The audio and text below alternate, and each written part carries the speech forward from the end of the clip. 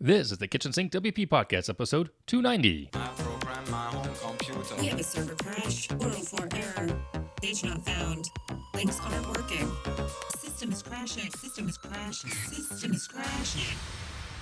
Your old HTML website, barely alive. We have the technology. We have WordPress. A new website, better than it was before.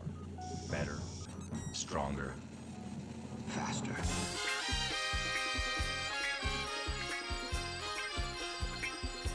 We have the technology. The technology.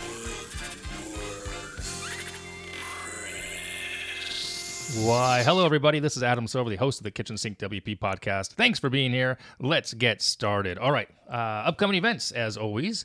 Let's talk about these. Three coming this next week. 3 WordCamps. WordCamp Sacramento, 21st, 22nd of September. WordCamp Catania in Italy. Catania, I don't know. I'm going to mess that up. September 20th, 21st. And WordCamp Pontevedra in Spain, Galicia, Spain, September 20th through 22nd, a 3-day camp there. I really wanted to go to all 3 of them. Can't make it. I'm actually going to be out of town. I'm going to visit my daughter, who I miss terribly. Parents weekend up at college. So looking forward to that. All right. So if you're in Asheville and you're hanging out, do you want to come say hi? Come say hi. I'll be in Asheville, North Carolina. All right. Moving on, segment 1 in the news. Only one thing here, really. Creative Commons has released an official WordPress plugin for attributing and licensing content. It's an updated version of their WP license plugin. It's based on an old plugin called License, and it was it's been abandoned. So it was abandoned for the past 6 years, apparently. There's a link in the show notes, but it is the official WordPress plugin for the Creative Commons content licensing issues there. All right, moving on. Is that it in the news? Yeah, I think so. Yeah, I guess so. Moving on, segment 2, meat and potatoes of this week's show, trademarks and your business. So this is interesting. I'm currently working on a project for someone in regards to selling digital products and downloading them. And I thought it might be interesting to talk about protecting that via trademarks or digital products and services. It's kind of a weird, convoluted, weird thing here. And the timing on this is also interesting because my father actually sent me an article from one of the legal periodicals that he gets in regards to this topic. And a full disclaimer right here, though my father is an attorney, I am not. So my discussion here is not legal advice.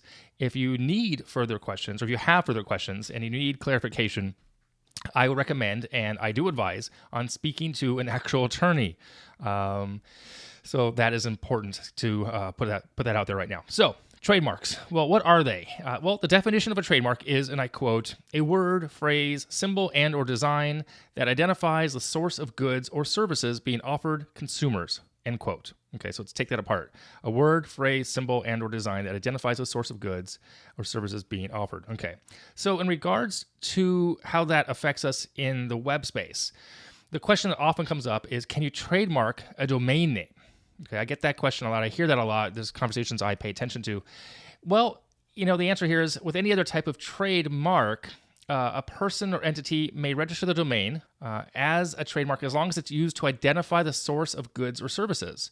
An example of this, because this gets a lot of legalese on this conversation here, but I want to give you the example. Hotels.com and Bookings.com. Both of them use their name in commercials and advertising. And that is really, really important, okay?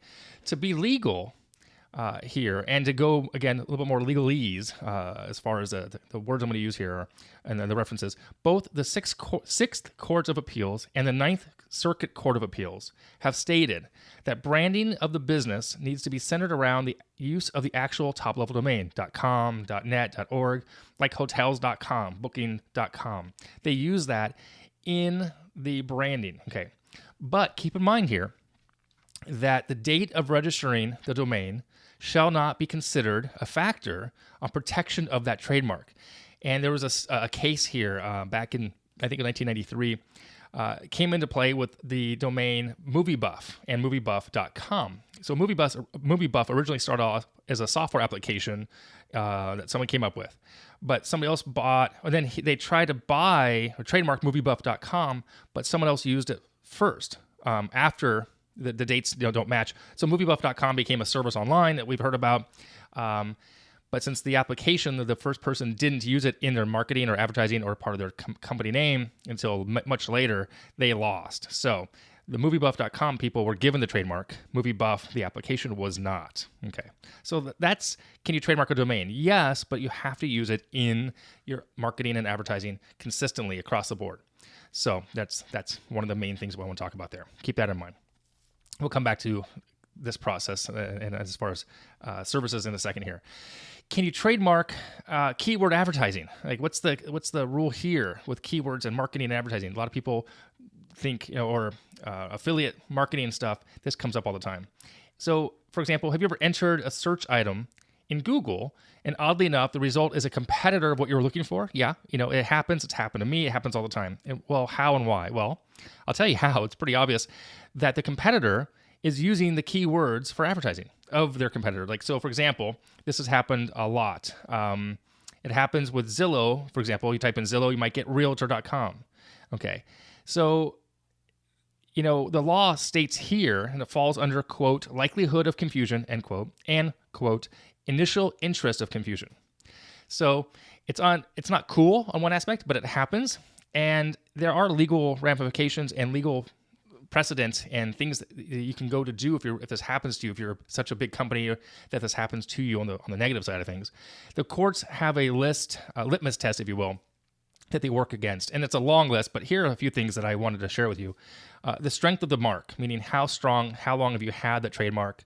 The proximity of relatedness of the goods. So obviously Zillow and Realtor are both real estate based websites. So that's proximity, that's very close. The similarity of the marks. So if it's Zillow.com versus, I guess something else with a Z in it or something, Zeal.com, I don't know. But so Zillow and Realtor, obviously, they're not that similar name, but they'd come up with the same content. Interesting. And then also, let's say, for example, the last one I want to mention here is the degree of consumer care. Do the consumers really care? Is there going to be an obvious confusion here? Well, with realty, yeah. Let's say by chance you're looking for real estate, and up ahead of real estate comes web hosting of something or another.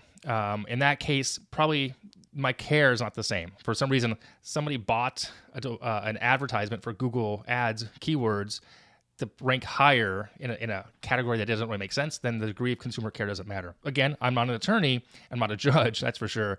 So your mileage may vary there and how that might get looked at. So the truth be told here, it's a messy system. And I really hope that none of you have to deal with it. But it's there. It's a fact of what we do at the moment. So lastly, I want to mention is the thing called the Madrid Protocol.